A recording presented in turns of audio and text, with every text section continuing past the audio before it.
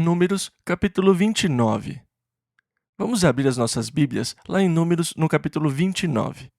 No capítulo anterior, o 28, Moisés registrou diversos sacrifícios que deveriam ser oferecidos todos os dias, e também os sacrifícios que deveriam ser oferecidos aos sábados.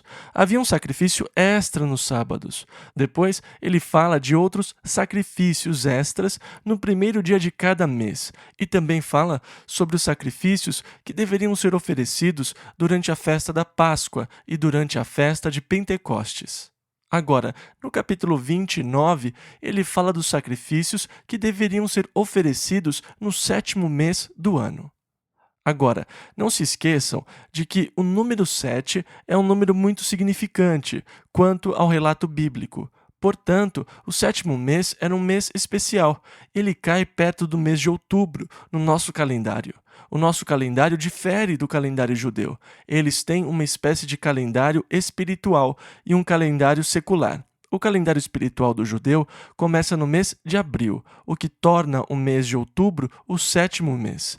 E eles deveriam começar o primeiro dia daquele mês com o soar das trombetas e com sacrifícios extras, além dos sacrifícios diários. Os sacrifícios extras nos são dados no capítulo 29. Depois, ele fala dos sacrifícios que deveriam acontecer no 10º dia do 7º mês, que era o dia da expiação, Yom Kippur, e fala dos sacrifícios especiais daquele dia. É interessante ver que no Yom Kippur, o sumo sacerdote faria todos os sacrifícios sozinho. Agora, no restante do ano, os outros sacerdotes geralmente ofereciam os sacrifícios, mas no Yom Kippur, somente o sumo sacerdote oferecia todos os sacrifícios. Assim, ele era um homem muito ocupado neste dia em particular, porque cerca de 34 animais deveriam ser abatidos e sacrificados no Yom Kippur. Tudo seria feito somente por ele. Ele não teria nenhum ajudante no Yom Kippur, o dia da expiação, que anunciava a obra de Jesus Cristo, que se tornou expiação por nós e que teve que fazer tudo sozinho. Ninguém o ajudou. Foi necessário que ele fizesse tudo sozinho mesmo por nós. Então, no 7º mês, eles tinham uma festa especial, a festa de Sucote, ou tendas, também chamada de festa dos tabernáculos, quando eles lembravam a experiência no deserto morando em tendas. E a festa dos tabernáculos durava 8 dias. Em apenas um dia, 25 animais eram oferecidos, outro dia 28, mas na maioria dos dias, mais de 30 animais eram oferecidos nos 8 dias da festa dos tabernáculos. Então, no capítulo 29, ele fala dos tipos e da quantidade de animais que deveria ser oferecido em cada dia. Isso tem muito pouco a ver conosco, a não ser nos fazer apreciar o fato de que Jesus Cristo foi oferecido como nosso sacrifício, uma vez por todas. Podemos traçar paralelos interessantes com o sumo sacerdote, que oferecia o sacrifício de um animal para expiação pelo povo, fazendo um contraste. Primeiro, é claro, o sacerdote tinha que fazer um sacrifício pelos seus próprios pecados, antes de poder fazer o sacrifício pelos pecados da nação. E o contraste é com Jesus Cristo, nosso sumo sacerdote, que precisou fazer um único sacrifício. Era preciso que o sumo sacerdote sacrificasse todos os anos, mas Jesus ofereceu a si mesmo uma só vez e sentou-se para sempre à direita do Pai, e aguarda o cumprimento da promessa que os seus inimigos estarão por escabelo dos seus pés e que todas as coisas lhe estejam sujeitas. E assim, o sacrifício definitivo de Jesus Cristo é comparado com os sacrifícios pelos pecados feitos todos os anos, a expiação que era feita pela nação. E há tremendos contrastes para serem feitos, e que são feitos no livro de Hebreus. Então, tendo estudado o livro de Levítico e agora Números, seria muito proveitoso se você estudasse o livro de Hebreus. Você vai entendê-lo muito mais claramente agora que você tem esse conhecimento de Levítico e Números, com todas as ofertas e sacrifícios e tudo mais que era feito, e você vai entender mais completamente o que Cristo fez por nós. Então, no versículo 39 aqui do capítulo 29 diz: Estas coisas fareis ao Senhor nas vossas solenidades, além dos vossos votos e das vossas ofertas voluntárias, com os vossos holocaustos e com as vossas ofertas de alimentos, e com as vossas libações e com as vossas ofertas pacíficas. Estas outras ofertas, as ofertas queimadas, as ofertas pacíficas, eram ofertas de caráter individual. Estas estavam acima das que tinham sido determinadas no capítulo 29. Números, capítulo 30. Agora, no capítulo 30, nós vamos lidar com a lei dos votos. Quando você faz uma promessa a Deus, Deus a leva muito a sério e Ele espera que você cumpra o seu voto. Deus não dá as coisas e pede de volta, e Ele não quer que você seja assim. Ele não quer que você faça um voto ou uma promessa e os quebre. Na verdade, a Bíblia diz, lá em Eclesiastes 5:5, melhor é que não votes do que votares e não cumprires. Agora, que fique claro que Deus não exige que você faça votos. Os votos são feitos de cunho voluntário. Deus não exige que você faça voto de determinadas coisas. Um voto é sempre feito partindo de você, puramente voluntário. As pessoas sempre dizem: eu prometo que vou dar a Deus isso, aquilo e aquilo outro. Eu prometo que vou fazer isso para Deus. Senhor, eu faço um voto com o Senhor que vou fazer isso e aquilo. Deus não exige isso. E é melhor não fazer do que quebrá-lo. Se você fizer um voto ao Senhor, é muito importante que você cumpra o voto. Então, o capítulo 30 lida com os votos que são feitos ao Senhor. Versículo 2 ao 5. Quando o homem fizer voto ao Senhor, ou fizer juramento ligando a sua alma com obrigação, não violará a sua palavra. Segundo tudo o que saiu da sua boca, fará. Também quando uma mulher, na sua mocidade, estando ainda na casa de seu pai, fizer voto ao Senhor, e com obrigação se ligar, e se seu pai lhe tolher no dia que tal ouvir os seus votos, não serão válidos. Ou seja, uma jovem que mora com seus pais e ela faz um voto a Deus. Se o seu pai estiver lá e ouvir o voto, ele tem poder de invalidá-lo.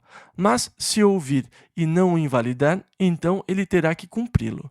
Em outras palavras, ele ouve, mas não o invalida. Quer dizer que ela fica obrigada a cumprir o voto feito ao Senhor. No Velho Testamento, nós temos casos de alguns votos muito infelizes. Digamos que eles tenham sido maus votos. Muitas vezes, a pessoa estava passando por uma situação ruim e fez um voto. Senhor, se o Senhor me ajudar a vencer essa batalha, então eu farei isso. Jefté disse: Senhor, se o Senhor me der vitória sobre o inimigo, eu oferecerei ao Senhor como sacrifício a primeira coisa que sair da minha casa. Isso está em Juízes 11:31. Foi muito triste que no seu retorno, a primeira coisa a sair da sua casa tenha sido a sua filha virgem, para saudá-lo pela vitória. Este foi um voto terrível. Teria sido melhor que ele nunca tivesse feito aquele voto. Na verdade, foi um voto ridículo. Saul também fez um voto ridículo. Jonatas acordou certa manhã, sentindo-se ótimo. Ele olhou ao redor e viu que todo o exército ainda dormia. Então chamou o seu pajem de armas e disse: Sabe, eu estava deitado aqui pensando, talvez hoje o Senhor queira entregar os filisteus nas mãos de Israel. E se o Senhor quiser entregar os filisteus nas mãos de Israel, ele não precisa de um exército inteiro. Ele tanto pode entregar os filisteus a 2 pessoas como a um exército inteiro. Isso não é problema para Deus. Se ele quiser derrotar os filisteus hoje, ele não precisa de todo o exército. Ele pode fazê-lo com 2 de nós. Então vamos lá e vejamos se o Senhor quer entregar os filisteus hoje. E assim Jonatas e o seu pajem de armas se levantaram, deixaram o acampamento e foram atrás dos filisteus. Jonatas disse: Veja, este é um negócio arriscado. Precisamos ter certeza de que Deus está neste negócio e que Ele quer entregá-los. E então, quando nós chegarmos perto deles, se eles disserem: Ei, vocês, subam aqui que nós vamos lhe mostrar uma coisa, então nós saberemos que Deus quer entregá-los e os atacaremos. Mas, se eles disserem, ei, vocês, esperem aí que nós vamos descer e lhes mostrar uma coisa, então nós saberemos que Deus não vai entregar os filisteus hoje e nós voltamos para o acampamento o mais rápido possível. Esta foi uma aventura de fé, e eu amo esses dois. Então Jonatas e o seu pajem de armas partiram em direção aos filisteus. Quando eles chegaram perto deles, o sentinela os avistou e os filisteus disseram: Ei vocês, subam aqui que nós vamos lhes mostrar uma coisa. E Jonatas disse: É isso aí, era isso o que eu estava esperando. As escrituras dizem que ele e o seu pajem de armas subiram a colina com os pés e as mãos. Eles estavam ansiosos para lutar. Eles invadiram o acampamento dos filisteus com tudo e começaram a atacar. Os filisteus caíram diante deles e começaram a bater em retirada. Do outro lado da colina, ou depois do vale, ou melhor, na colina do outro lado, Saul acordou. Ele esfregou os olhos, olhou para o acampamento dos seus inimigos e viu os filisteus confusos e correndo. E viu 2 homens entre eles que os derrotavam. E Saul disse: Rápido, contagem! Quem não está aqui? Então lhes contaram e disseram: Jonatas e seu pajem de armas. Então Saul fez um voto tolo. Ele disse: Maldito aquele que comer qualquer coisa, até que Saul tenha se vingado dos seus inimigos. Que voto tolo! Ele amaldiçoa, ele lança uma maldição sobre qualquer um que comesse qualquer coisa naquele dia, até que Saul tivesse se vingado dos seus inimigos. Então, é melhor não fazer votos. Mas algumas pessoas os fazem, né? Elas devem se sentir melhor agindo assim. Se você o fizer, certifique-se de que vai cumpri-lo. Se um homem fizer um voto, está feito, tornou-se uma obrigação. Mas, se uma jovem que vive com o pai fizer um voto, ela só estará obrigada a cumpri-lo se o seu pai o validar. Se ele ouvir e não disser nada, ela será obrigada a cumpri-lo. Agora, a mesma coisa acontece se a jovem estiver noiva e se o seu noivo ouvir o voto que ela fizer. Ele também pode invalidar o voto, mas se uma viúva ou mulher divorciada fizer um voto, elas se tornam obrigadas a cumpri-lo. Se uma mulher casada fizer um voto, seu marido pode invalidá-lo. Ele pode dizer: Ah, não, você não vai fazer isso. Ela poderia ter dito: Bem, eu vou dar a nossa casa ao Senhor. Ele diz: Não, você não vai. E assim, o marido pode invalidar o voto que a mulher fizer. Se ele não o invalidar, ele se torna obrigatório. Esta é a lei do voto, no capítulo 30 de Números. Números, capítulo 31. E agora, no capítulo 31, nós vemos que o Senhor ordena a destruição dos midianitas. Versículo 2. Vinga os filhos de Israel dos midianitas, depois recolhido serás ao teu povo. Então, este seria o último ato de Moisés. Eles estão prestes a entrar na terra que Deus tinha prometido lhes dar, e Deus ordena a vingança contra os midianitas, que na verdade causaram um problema aos filhos de Israel, o que vimos na semana passada. O rei Balaque mandou moças ao acampamento de Israel, para que os filhos de Israel praticassem fornicação e idolatria. Então agora, Deus dá vazão à sua ira com juízo contra os midianitas, por causa daquela atitude. Moisés ordena que 1000 homens de cada tribo arme-se para a batalha. Então, havia 1000 homens de cada tribo, 12.000 homens armados para a guerra, apresentaram-se para Moisés, que os ordena a sair contra os midianitas. Agora, Eleazar era o sumo sacerdote. Seu filho Finéias saiu com os exércitos para lutar contra os midianitas, e o Senhor entregou os midianitas nas mãos dos 12.000 homens. Versículo 7. E pelejaram contra os midianitas, como o Senhor ordenara a Moisés, e mataram a todos os homens. E o profeta Balaão estava incluído aqui. Vocês se lembram da primeira profecia que Balaão disse sobre os filhos de Israel? Ele falou: que a minha alma morra da morte dos justos, e seja o meu fim como o seu. Isso lá no capítulo 23 de Números, versículo 10. Este pedido não lhe foi dado. Ele não morreu à morte do justo. Balaão foi ganancioso. Ele permitiu que a ganância o controlasse. E permitindo que a ganância controlasse a sua vida, ele se retirou do lugar da bênção de Deus. E em vez de morrer à morte do justo, Balaão foi morto quando os filhos de Israel conquistaram os midianitas. versículo 9 ao 12 e 14 ao 18. Eles levaram presas as mulheres dos midianitas e as suas crianças. Também levaram todos os seus animais e todo o seu gado e todos os seus bens, e queimaram a fogo todas as suas cidades com todas as suas habitações e todos os seus acampamentos. E tomaram todo o despojo e toda a presa de homens e de animais. E indignou-se Moisés grandemente contra os oficiais do exército, capitães dos milhares e capitães das centenas, que vinham do serviço da guerra. E Moisés disse-lhes: Deixastes viver todas as mulheres? E aqui ele revela: Eis que estas foram as que, por conselho de Balaão, deram ocasião aos filhos de Israel de transgredir contra o Senhor no caso de Peor. Por isso houve aquela praga entre a congregação do Senhor. Agora, pois, matai todo o homem entre as crianças, e matai toda a mulher que conheceu algum homem, deitando-se com ele. Ou seja, podem deixar vivas as meninas e as virgens, mas as demais devem morrer porque elas foram usadas como subterfúgio para lançar uma maldição sobre os filhos de Israel. Agora, a essa altura, devemos dizer que muitas pessoas têm dificuldade com o Velho Testamento, especialmente com algumas coisas que vamos ver a seguir ao chegarmos em Josué e Juízes, até Reis. As pessoas têm dificuldade com as ordens de Deus para a exterminação dos povos. Como Deus poderia mandar destruir totalmente uma nação, em muitos casos matando mulheres e crianças? Em alguns casos, até mesmo os animais. Tudo deveria ser destruído. Como Deus poderia ordenar uma coisa como a exterminação? Quando eles chegaram à terra, eles não deveriam fazer aliança nem tratado com nenhum dos povos da terra.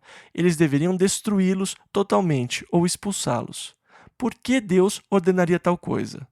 Para que possamos entender essas ordens, é necessário entendermos um pouco sobre a cultura desses povos, especialmente as suas práticas religiosas.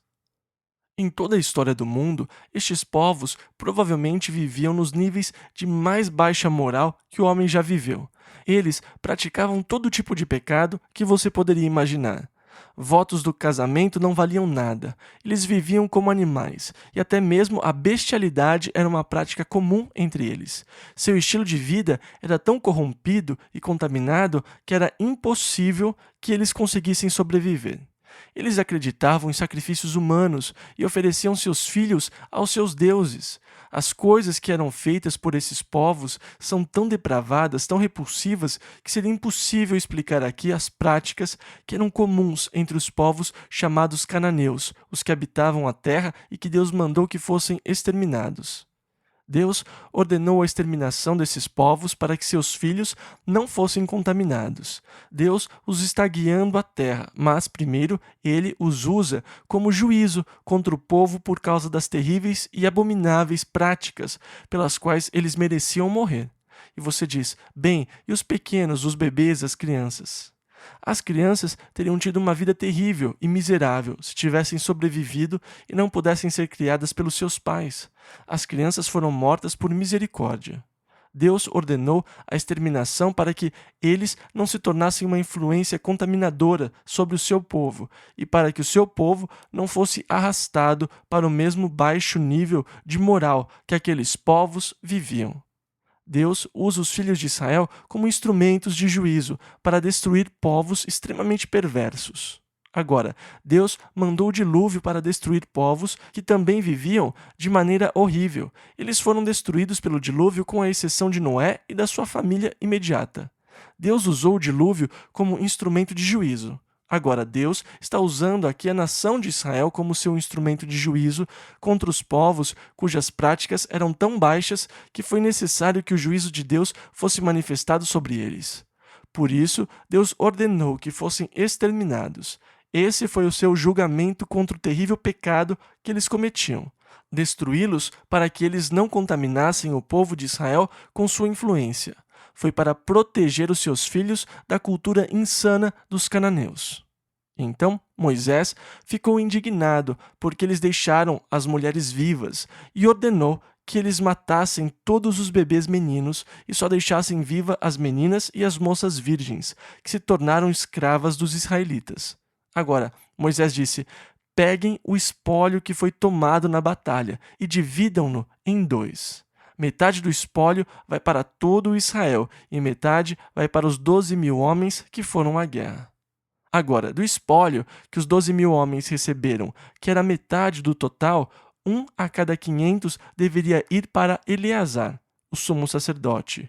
O que quer dizer que Eleazar enriqueceu da noite para o dia, porque havia cerca de 337.500 ovelhas na metade dos que foram à guerra.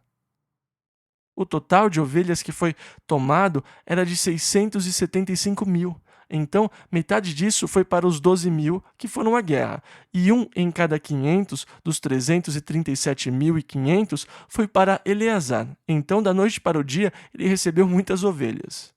E ele dá também o número do gado e de jumentos que foram tomados. Havia 72.000 bois e 61.000 jumentos, e havia 32.000 jovens virgens. Então tudo foi dividido como espólio entre os filhos de Israel. Agora, da metade que foi para Israel, 1 em cada 5 deveria ir para os outros levitas. Então essa foi a sua porção, 20% de tudo o que tinha sido tomado na batalha. Então, os espólios da guerra foram divididos desta forma. Agora, quando os homens voltaram da guerra, eles fizeram uma contagem e descobriram que não faltava ninguém. Eles destruíram todas as cidades midianitas, tomaram os cativos, mataram todos os homens sem nenhuma perda. Isso é impossível no natural. Mas nós não estamos lidando com as coisas naturais aqui. Nós estamos lidando com a mão e com a intervenção de Deus. Então, agradecidos por não ter havido uma única morte entre os 12.000 homens que voltaram da batalha, os capitães levaram ao Senhor uma oferta da porção do ouro, da prata, do cobre, dos metais preciosos que eles haviam tomado. Eles levaram uma porção ao Senhor como oferta de ações de graças, por ele ter preservado as tropas na batalha. Isto está no final do capítulo 31. Versículos 51 e 52. Assim Moisés e Eleazar, o sacerdote, receberam deles o ouro, sendo todos os objetos bem trabalhados. E foi todo o ouro da oferta alçada, que ofereceram ao Senhor 16.750 siclos, dos chefes de 1.000 e dos chefes de 100. Números, capítulo 32. Agora aqui no capítulo 32, nós vamos ver que Ruben, isto é, que a tribo de Ruben, de Gade e meia tribo de Manassés vão a Moisés e dizem: Ei, nós ficaremos felizes se pudermos ficar neste território que conquistamos. Eles tinham conquistado a área que hoje é a atual Jordânia. Então, se você faz alguma ideia do Oriente Médio, a área onde hoje é a Jordânia é a mesma área que foi conquistada pelos filhos de Israel antes que eles entrassem na Terra Prometida, a área que era habitada por Moabe, pelos midianitas. E quem mais? Não os cananeus, era outro povo, os amorreus, os gibeonitas. A área que começa próximo da extremidade sul do Mar da Galileia e vai sentido leste até a metade do Mar Morto, sentido leste novamente. Agora, a tribo de Ruben fixou-se na parte mais ao sul. Na parte central ficou a tribo de Gade, e mais para o norte do rio Jaboque, na área ao leste, é a que a meia tribo de Manassés ficou e desejou como sua herança. Aquela era uma região ótima para o pasto do rebanho. Eles foram a Moisés e disseram: Nós ficaremos muito felizes se ficarmos aqui. Dê-nos a sua permissão. Sem dúvida, eles tinham muito gado e rebanho do espólio que receberam e disseram: Nós gostaríamos de construir as nossas casas e de ficar aqui. Nós ficaremos muito felizes em ficar deste lado do Jordão. Nós gostaríamos destas terras como herança. Isso deixaria mais terra para as outras tribos do outro lado. Moisés não conseguia acreditar. Ele disse: O que vocês estão tentando fazer? Esta é a segunda vez que nós chegamos na fronteira da Terra Prometida. Quando nós chegamos aqui na primeira vez, o povo teve medo por causa dos espias e não pôde entrar na terra. Isso nos custou 40 anos e a morte de todos os que saíram do Egito e que tinham mais de 20 anos. O que deu em vocês? Eu não acredito no que está acontecendo. Eles reconsideraram e disseram: O que você acha então? Nós vamos armar os nossos homens para a guerra e eles vão lutar com vocês. Nós vamos construir cidades para que as nossas esposas e os nossos filhos fiquem seguros. Nós vamos mandar os nossos homens lutarem nas batalhas e ficaremos com vocês até que a terra seja conquistada. Só então nós voltaremos e tomaremos posse da nossa herança. Isso agradou Moisés, que disse: Tudo bem, se vocês forem conosco para nos ajudar a conquistar o território, depois que nós tomarmos posse da terra, vocês voltam. Mas Moisés lhes declarou, versículo 23, E se não fizerdes assim, eis que pecastes contra o Senhor, e sabei que o vosso pecado vos há de achar. Agora, este foi um pedido interessante de um ponto de vista espiritual. Essas pessoas estão satisfeitas por receberem sua herança do lado de fora da terra, no outro lado do Jordão. Nós vemos o movimento dos filhos de Israel saindo do Egito para a terra prometida. Olhamos para a história como figura, o que a Bíblia declara ser.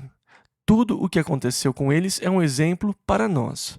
E o Egito tipifica a velha vida de escravidão no mundo, a vida em pecado. A saída do Egito pelo Mar Vermelho tipifica nascer de novo, ser batizado e passar a ter um novo relacionamento com Deus. Livres da escravidão do pecado, livres da escravidão do Egito. Agora, eles estão seguindo em direção à Terra Prometida. O fracasso em Cades Barneia de não terem entrado na terra e os subsequentes 40 anos de peregrinação no deserto são figuras dos cristãos que saíram da vida de escravidão e pecado, mas nunca entraram na plenitude da vida em Cristo. Eles estão num estado intermediário, ainda não entraram na plenitude que eles podem ter em Jesus Cristo, nas promessas, na vida plena e no andar do Espírito. Ainda há problemas com a carne. Há batalhas com a carne, há peregrinações no deserto e muitas pessoas têm uma experiência cristã semelhante à experiência no deserto, uma experiência estéril. Agora, o Rio Jordão tipifica a morte da velha vida, do velho homem, a morte da vida da carne. E entrar na Terra Prometida é uma figura da nova vida e de andar no Espírito. Sim, nós ainda temos batalhas para lutar, mas nós temos um capitão que saiu na nossa frente, que está nos liderando e nos fortalecendo. E Deus prometeu que todo lugar que pisar a planta do vosso pé, vô-lo tenho dado. Então, a terra está aqui, à nossa frente, e tudo o que nós temos que fazer é entrar, reivindicá-la e tomar posse dela. A vida de vitória em Cristo, a vida de alegria e bênção, uma vida de relacionamento espiritual com Deus. Ela é sua por direito. A vitória sobre a velha vida, sobre a carne, é sua por direito. Agora, alguns ficaram satisfeitos em poder se fixar no outro lado do Jordão. Ruben, Gade e parte de Manassés. Eles disseram: Nós vamos habitar neste lado, nós ficaremos felizes aqui. É importante mencionar que essas foram as primeiras tribos a irem para o cativeiro, porque elas não tinham a proteção do Rio Jordão, que é uma barreira natural contra o inimigo. Foram os primeiros a irem cativos. Muitas vezes, as pessoas deixam de entrar na vida de abundância, no espírito, que Deus prometeu. Elas deixam de entrar e vivem insatisfeitas no outro lado da cruz, sem a morte da velha natureza, da velha vida. Elas não estão prontas a dar o velho homem como morto e acabam sendo os primeiros a ir para o cativeiro. Então, há um paralelo espiritual interessante entre as tribos de Ruben, Gade e Manassés. Moisés disse: Está bem, mas cumpram o que disseram. Eu não vou estar aqui para ver se vocês o farão. O Senhor disse que eu não vou entrar na terra. Então, façam o que disseram. Se vocês falharem, vocês terão pecado contra o Senhor e podem ter certeza de que o seu pecado os encontrará. E esta é uma verdade poderosa. Pode ter certeza de que o seu pecado o encontrará. Jesus disse em Mateus 10, 27, O que escutais ao ouvido, pregai-o sobre os telhados. A Bíblia diz, em Hebreus 4,13, Todas as coisas estão nuas e patentes aos olhos daquele com quem temos de tratar. Na verdade, não há pecado secreto, isso é uma ilusão. Pode ter certeza de que o seu pecado o achará. Tudo o que o homem semear, isso também ceifará. Paulo disse isso aos Gálatas, no capítulo 6, versículo 7. chega a hora da colheita e torna-se muito óbvio que tipo de semente você plantou. Esteja certo, os seus pecados o acharão. Graças a Deus por Jesus Cristo ter removido os nossos pecados e transgressões para tão longe quanto o leste é do oeste. E assim, eles fizeram uma aliança com Moisés, de que eles iriam ajudá-los a conquistar a terra. Números, capítulo 33. Agora, aqui no capítulo 33, você tem um resumo da saída do povo do Egito. Moisés escreveu os lugares onde eles pararam durante a jornada desde o Egito até a Terra Prometida. A maior parte dos lugares são nomes que nós não conhecemos.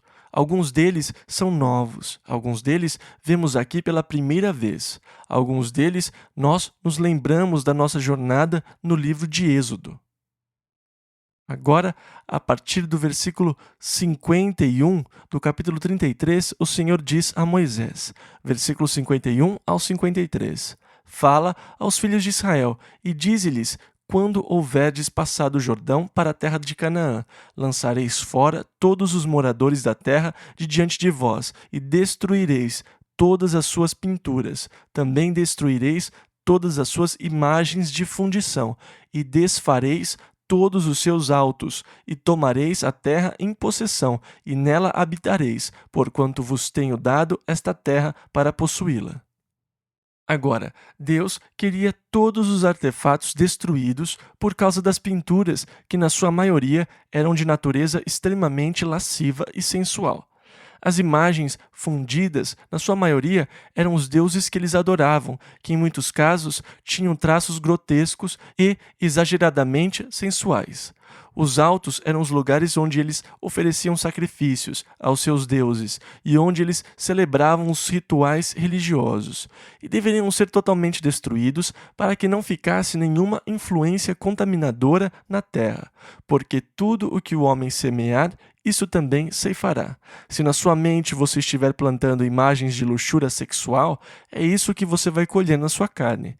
Deus queria que eles acabassem com tudo aquilo. Então, ele ordenou que eles destruíssem totalmente as pinturas, as imagens fundidas e os lugares altos de adoração que havia na terra. Versículo 54. Vocês devem dividir a terra por sortes, como herança. Em outras palavras, era para dividir a terra e lançar sortes para ver qual tribo ficaria com qual parte. Então, as tribos deveriam dividir a terra, depois dividir as porções entre as famílias. Em outras palavras, cada família em cada tribo receberia sua porção de terra. Então, esta é a divisão da terra e a sua distribuição a todos. Cada família teria sua própria terra e a terra deveria permanecer nas famílias perpetuamente. E o Senhor os adverte nos versículos 55 e 56. Mas, se não lançardes fora os moradores da terra de diante de vós, então os que deixardes ficar vos serão por espinhos nos vossos olhos, e por aguilhões nas vossas virilhas, e apertar-vos-ão na terra em que habitardes. E será que farei a vós como pensei fazer-lhes a eles? Em outras palavras, estes povos vão humilhar e dominar vocês, e no final eu terei que expulsar vocês da terra, assim como eu os expulsei da terra. O pecado tem uma influência contaminadora. Quando eu era criança, minha mãe costumava me falar sobre a maçã podre no cesto. Como ela pode estragar o cesto todo, como é importante escolher bem e selecionar os seus amigos, porque se houver um só ruim, ele pode influenciar o grupo todo. E então Deus os ordena que destrua completamente os povos, para que eles não os aflija. Agora, Israel não obedeceu ao Senhor nisto. Muitas vezes, nós achamos que sabemos mais do que Deus. Nós achamos que conseguiremos manejar. Nós achamos que, na verdade, Deus não entendeu a situação completamente ou que Ele não nos entende completamente. A regra se aplica aos outros, mas não a mim. E nós aprendemos, para nossa própria tristeza e vergonha, a insensatez da desobediência. E nós descobrimos que Deus nos conhece melhor do que nós mesmos. E percebemos como fomos tolos por não obedecermos a Deus completamente. Números, capítulo 34. E então, ao chegarmos aqui no capítulo 34, nós vemos a descrição das fronteiras da terra. Ao sul, a fronteira da terra ia até o Sinai, até Cades Barneia, o lugar de onde eles tinham vindo, ao sul de Hebrom. Não, na verdade, sul de Berseba, e chegando à terra descendo pelo deserto. O Mediterrâneo seria a fronteira do lado oeste. Ao norte, as montanhas do Líbano, perto de Acor, uma cadeia de montanhas no Líbano que cerca a região, seria a fronteira superior até o Monte Hermon. Se você ler essa passagem cuidadosamente, você vai ver que há menção de Aim, que significa fontes, o que sem dúvida é uma referência às origens do Rio Jordão na base do Monte Hermon. Então, toda a parte norte, o que eles chamam o Vale de Ula, deveria ser de Israel, com sua fronteira no lado oeste, nas montanhas do Líbano. Grande parte da fronteira que eles têm hoje com o Líbano é a mesma que foi descrita aqui na Bíblia. Agora, a parte mais ao norte, no Vale de Ula, perto de onde o Rio Jordão começa, ou saindo do Monte Hermon, é onde a cidade de Dan foi construída. Dan ocupou a parte mais ao norte do Vale de Ula, e depois, descendo ao redor do Mar da Galileia, fica a tribo de Naftali. E se você conseguir um bom mapa da Bíblia, vai poder ver como as tribos foram divididas na terra, mas as fronteiras na terra nos são dadas no capítulo 34. Esta é a terra que Deus prometeu a Abraão, e esta é a terra que agora pertence ao povo. A terra era deles. Deus já lhes havia dado. Havia apenas uma coisa a fazer: entrar e tomá-la. Eles tinham que entrar e tomar posse da terra. E da mesma forma, Deus prometeu a você muitas promessas ricas e preciosas. Tudo o que você tem que fazer é entrar e reivindicá-las. Pela fé, entre e tome posse daquilo que Deus lhe prometeu. E os cabeças das tribos são relacionados novamente na última parte do capítulo. Números, capítulo 35. E nós chegamos aqui ao capítulo 35 e nos versículos 2 e 3 ele descreve as cidades de refúgio que foram estabelecidas. Dá ordem aos filhos de Israel que, da herança da sua possessão, deem cidades aos levitas, em que habitem, e também aos levitas dareis arrabaldes ao redor delas, e terão estas cidades para habitá-las. Porém, os seus arrabaldes serão o seu gado, e para os seus bens, e para todos os seus animais. Então, eles receberam a cidade e mais uma extensão da cidade de cerca de 1.000 cúbitos para suas plantações e outros 2.000 cúbitos para o gado. Estes seriam os subúrbios das cidades. 48 dessas cidades seriam dadas aos levitas. Nem eles nem suas famílias receberiam grandes porções de terra. Os levitas não receberam herança. Deus tinha dito: eu sou a sua herança. Eles receberam a melhor parte. As outras tribos receberam propriedades. Os levitas receberam o Senhor como herança. E assim eles ficam com 42 cidades para morar, mais os subúrbios ao redor para suas plantações, seu gado e assim por diante. 42 cidades foram dadas aos levitas.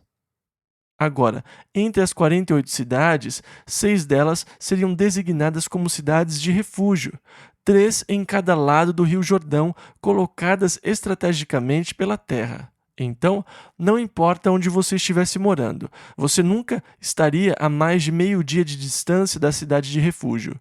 Agora, o propósito da cidade de refúgio era tratar de uma prática que estava profundamente arraigada na cultura do povo. Sabe, uma das coisas mais difíceis de se livrar é a tradição. Alguns aspectos da cultura estão tão enraizados na nossa vida, no nosso pensar, que eles se tornam as coisas mais difíceis do mundo de se livrar. E eu posso dar uma ilustração desagradável. O Natal é uma festa pagã. As suas origens não têm nada a ver com o nascimento de Jesus Cristo. Ele já era celebrado muito antes de Jesus nascer. Eles o celebravam com outro nome. Os romanos o chamavam de Saturnália. É possível traçar suas origens até Nimrod, que viveu um pouco depois de Noé. O costume de enfeitar as árvores não é nada cristão. Mesmo assim, a simples proposta para abandonarmos a celebração dessa festa pagã causaria muita raiva e censura da igreja. Ah, você quer dizer que não vai mais celebrar o Natal? E o Natal está muito enraizado nas nossas práticas. Nós nos agarramos a ele, embora nós possamos ver que ele está se tornando cada vez mais paganizado. Quantos realmente honram Jesus Cristo no Natal? O Natal não é o aniversário dele. Não é. Mas se fosse, quantos realmente dão honra a Cristo? Nessa época, a Secretaria de Segurança tem que colocar força policial extra. Todos são chamados para trabalhar. Por quê? Porque muitos vão dirigir embriagados. As pessoas voltam para casa depois da festa de Natal dizendo: "Ah, nós estávamos celebrando o nascimento de Jesus." Nós teríamos muita dificuldade de nos desfazer dele, porque é uma parte muito grande da nossa cultura. A tradição é uma das coisas mais difíceis de ser removida. Então, Deus não procurou extirpá-las totalmente, mesmo não sendo a favor das tradições, mas colocou restrições. Matar por vingança fazia parte da cultura do povo. Aquilo estava arraigado na sua cultura. Se um membro da sua família fosse morto por outra pessoa, você estaria moralmente obrigado a matá-lo. Você teria esta dívida com um parente morto. A honra da família se colocava em risco e você deveria persegui-lo, encontrá-lo e então executá-lo. A honra da família só estaria mantida quando o sangue do assassino tivesse sido derramado. E se você fosse o filho mais velho da casa, você seria o vingador. Você teria o dever, a responsabilidade familiar de vingar o sangue do seu irmão, irmã, mãe ou pai. Esta ideia de matar por vingança estava profundamente enraizada naquela cultura. Agora, em alguns casos, a morte teria sido totalmente acidental. Não houve intenção, raiva, nem premeditação. Foi só um acidente. Mas a ideia de vingar a morte estava tão profundamente arraigada que, mesmo se tivesse sido um acidente, o vingador se sentiria inclinado a pegar o sujeito e matá-lo de qualquer forma. Eu não queria matá-lo, foi um acidente, meu amigo. Eu não queria. Mas ele tinha que morrer.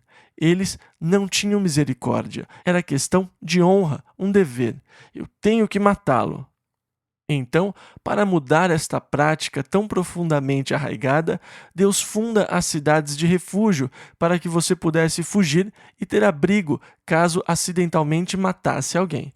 Se você conseguisse chegar à cidade antes que o vingador o encontrasse, você poderia viver dentro dos limites da cidade que estaria a salvo. Ele não poderia entrar na cidade para matá-lo.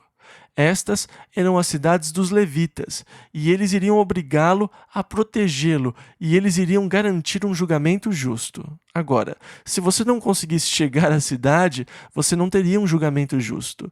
Essa era a lei da vingança. Se eles o encontrassem, você seria morto. Então você tinha que fugir para uma das cidades de refúgio. Lá você teria um julgamento justo.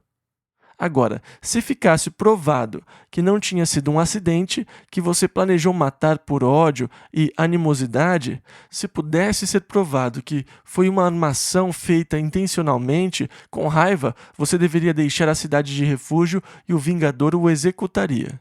Mas, se você conseguisse provar que tinha sido sem intenção, que você não tinha a intenção de fazê-lo, que foi um acidente, você poderia continuar na cidade de refúgio e eles não o tocariam. Você passaria a viver na cidade de refúgio. Enquanto você estivesse lá, você estaria protegido. Mas, se você deixasse a cidade de refúgio, o vingador poderia pegá-lo e matá-lo. Você só estaria seguro enquanto ficasse dentro dos limites da cidade de refúgio. O homem precisa de esperança e viver numa cidade pode parecer uma prisão. Por isso, foi feita outra provisão, porque você pode entrar em desespero e pensar: eu estou longe da minha família, eu quero ir para casa, mas eu nunca vou poder voltar para casa. Então, Deus criou esse escape para dar esperança para a pessoa. Se o sumo sacerdote morrer, você estará livre e pode ir para casa. Deus dá essas opções porque ele se opõe à prática de matar por vingança, mas ela estava muito arraigada à cultura. Então, ele cria limitações e brechas para o inocente. Isso, então, passou a fazer parte da tradição e da cultura do povo. Eu acredito que Deus não fique enfurecido se você celebrar o Natal ou se tiver uma árvore de Natal. Eu agradeço a Deus pela grande liberdade que eu tenho em Jesus Cristo. Quando nós celebramos o Natal, nós não pensamos em Thamus, Nimrod, Semiramis e em nenhum outro deus pagão que seja celebrado nesta época do ano. Nem o Sol, nem Saturno. Eu acho que é bom lembrar que Deus amou o mundo de tal maneira que deu seu Filho unigênito. E como não sabemos o dia exato que Jesus nasceu, não importa o dia que você escolher para celebrar o seu nascimento, a data em si não é importante. Mas eu agradeço a Deus pela liberdade de poder celebrar com a minha família, de separar um dia para dar um dia para expressarmos o amor. Mas eu também sou grato por ter liberdade para não entrar em certos aspectos da festividade se eu não quiser. É maravilhoso ter liberdade em Cristo. Eu sou livre para ter uma árvore de Natal e eu sou livre para não ter uma árvore. Não sou condenado se eu tiver uma, nem sou mais justo se eu não tiver uma. Mas estas coisas são tradições, elas se tornam profundamente arraigadas nas práticas familiares, e Deus entende como isso está profundamente enraizado. Então, ele cria regras e, por meio delas, ele modifica os aspectos mais insatisfatórios de tais práticas. Então, se a celebração do Natal é uma época para se embebedar, o Senhor modifica e diz: não vos embriagueis com vinho, mas enchei-vos do Espírito. Paulo disse isso em Efésios 5,18. Isso nos ensina a ter moderação em todas as coisas. Então, Deus lida com uma prática cultural e a modifica, colocando limites, dando uma oportunidade para o inocente. Mas o assassino não seria liberto. Eles não deveriam sentenciar alguém à morte com o testemunho de uma só pessoa. Deveria haver, no mínimo, 2 testemunhas. Eles não podiam pegar o testemunho de uma só pessoa e condená-lo à morte. Pela boca de 2 testemunhas, no mínimo, o fato será estabelecido. E se fosse estabelecido, eles não poderiam receber o resgate pelo culpado. Em outras palavras, ele não poderia comprar a liberdade. O culpado deveria ser condenado à morte e a terra estaria livre de contaminação. Agora, hoje, há muitos sociólogos que dizem que a pena de morte não impede crimes, que condenar à morte é uma coisa horrível, coisas assim. Então, o que acontece? Nós dizemos que a lei de Deus não é válida, que ela não é boa. As ciências sociais são muito mais sábias do que a lei de Deus, e nós fazemos leis superiores às leis de Deus. E como você descreve a nossa terra hoje? Um tanto contaminada, não é? Foi isso que Deus disse. Ele estabeleceu um meio para que a terra não fosse contaminada. E nós descobrimos que Deus é muito mais sábio do que nós. Mas nós descemos tanto que parece não haver mais saída. Números, capítulo 36. Agora nós chegamos ao capítulo 36. E você se lembra do movimento pela emenda dos direitos igualitários? As filhas de Zelofeade, o homem que teve 7 filhas e nenhum filho, elas tinham dito: não é justo que não tenhamos herança na terra porque não há meninos na nossa família. A nossa família deveria ter herança como todas as outras. As meninas deveriam poder receber herança tanto quanto os meninos. Moisés levou o problema perante o Senhor, que disse: elas estão certas, elas não deveriam ser excluídas só porque são garotas. Então, deem a elas sua parte da herança. Quando vocês chegarem à terra, elas devem receber uma herança na terra. Bem, elas eram da tribo de Judá, e alguns rapazes da tribo de Judá foram a Moisés e disseram: veja, isso poderia criar problemas. E se as moças se casarem com rapazes, digamos, da tribo de Benjamim ou da tribo de Manassés? Depois do ano de jubileu, quando tudo volta ao seu dono original, a parte delas que foi dada a Judá também terá sido dada a Manassés ou a qualquer outra tribo com as quais elas se casarem. Isso pode causar muitos problemas. A nossa porção iria ser dividida com outras tribos, porque elas querem uma herança aqui. E então Moisés disse: tudo bem, então esta é a regra. As moças, as filhas de Zelofeade, têm que se casar com rapazes da tribo de Judá, ou não terão herança. Então, as moças se casaram com rapazes da tribo de Judá, em vez de se casarem com rapazes de outras tribos.